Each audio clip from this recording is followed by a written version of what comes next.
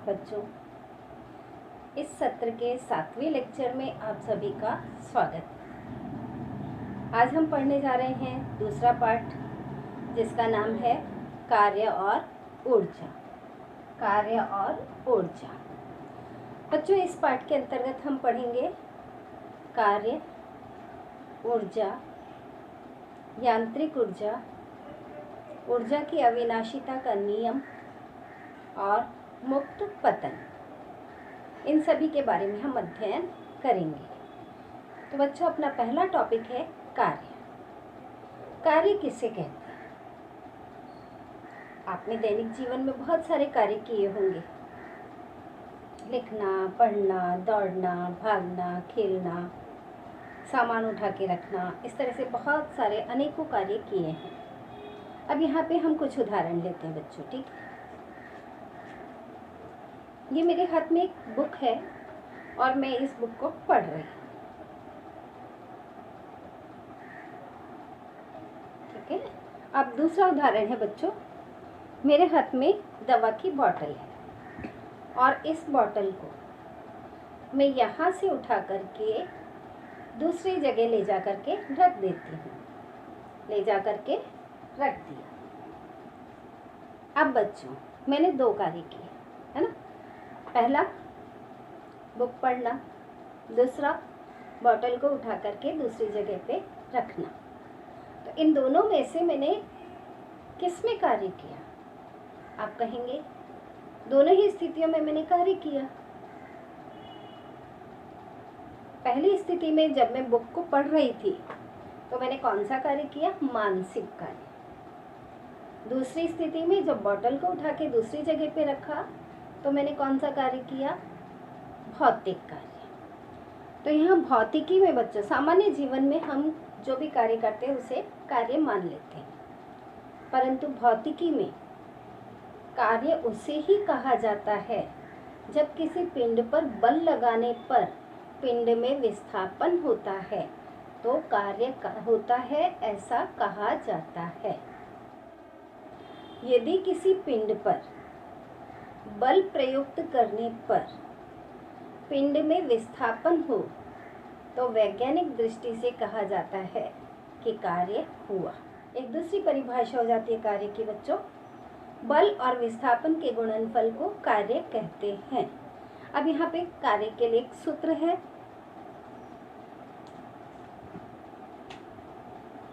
कार्य बराबर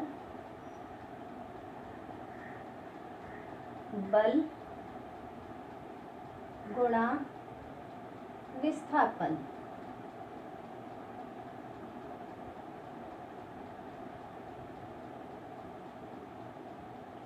कार्य को हम बच्चों प्रदर्शित करते हैं W से,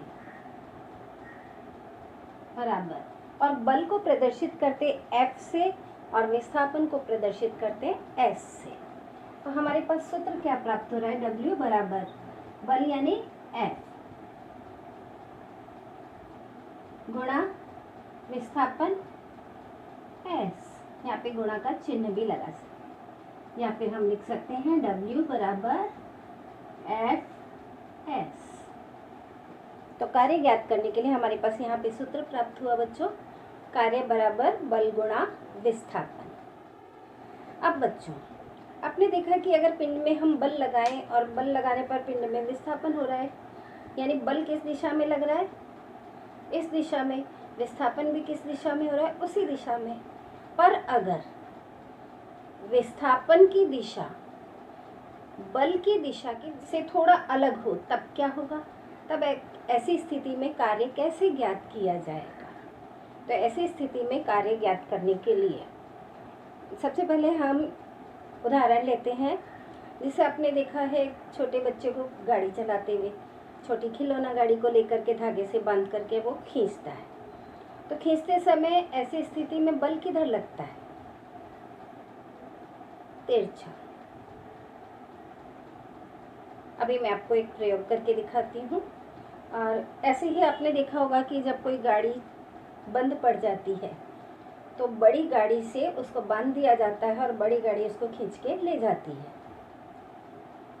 बड़ी गाड़ी और छोटी गाड़ी, धागे से डोरी से, रस्सी से बांध दिया जाता है उससे, और उसे खींच करके ले जाती है बड़ी गाड़ी। तो बल किस दिशा में लगेगा? इस दिशा में, और विस्थापन इस दिशा में।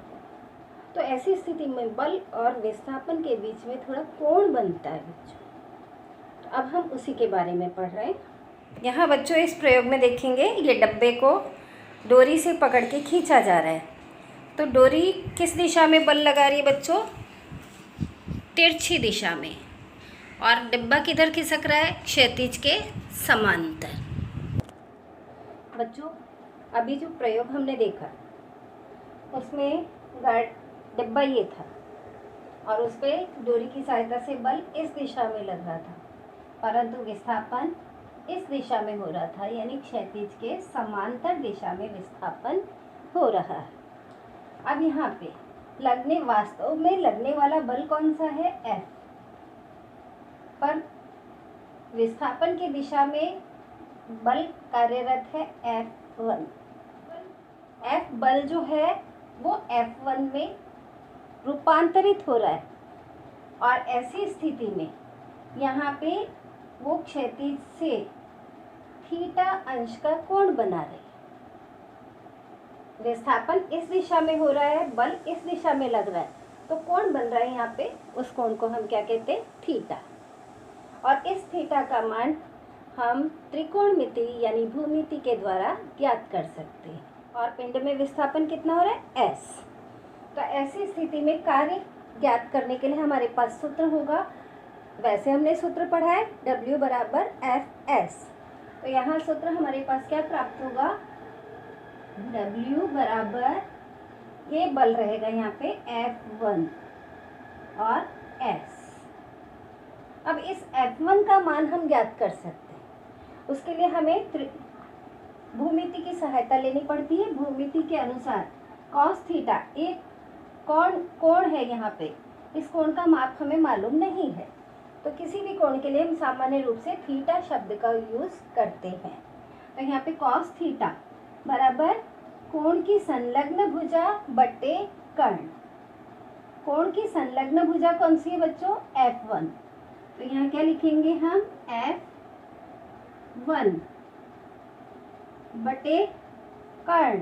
कर्ण क्या है यहाँ पे? F। तो ये F।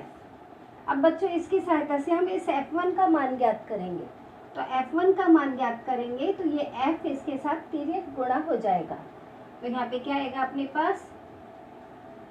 cos theta F। या फिर हम ऐसे भी लिख सकते हैं, इस F को पहले लिखें, इसलिए F1 बराबर F cos थीटा। इसे हम इसको समीकरण नंबर 1 मानते हैं। तो समीकरण 1 में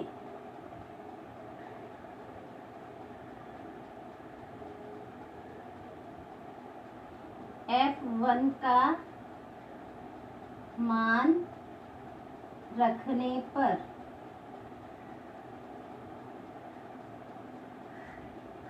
समीकरण 1 है अपने पास, W बराबर F1S। F1 क्या है अपने पास? F cos theta. F cos theta, और S तो है ही, तो वो S यहाँ लिख देते हैं। अब इस S को इधर ले आते हैं तो हमारे पास सूत्र क्या प्राप्त होता है?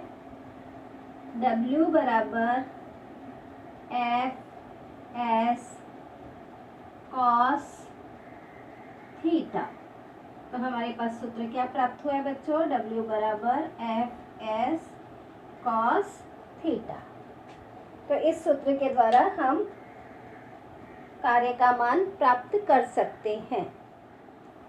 तो बच्चों आज हमने क्या पढ़ा? कार्य की परिभाषा, और विस्थापन की दिशा से कुछ कोण बनाते हुए बल लगता है तो किया गया कार्य कैसे ज्ञात करेंगे उसका सूत्र प्राप्त किया। तो इसी के साथ आज का लेक्चर यहीं पे समाप्त होता है। धन्यवाद।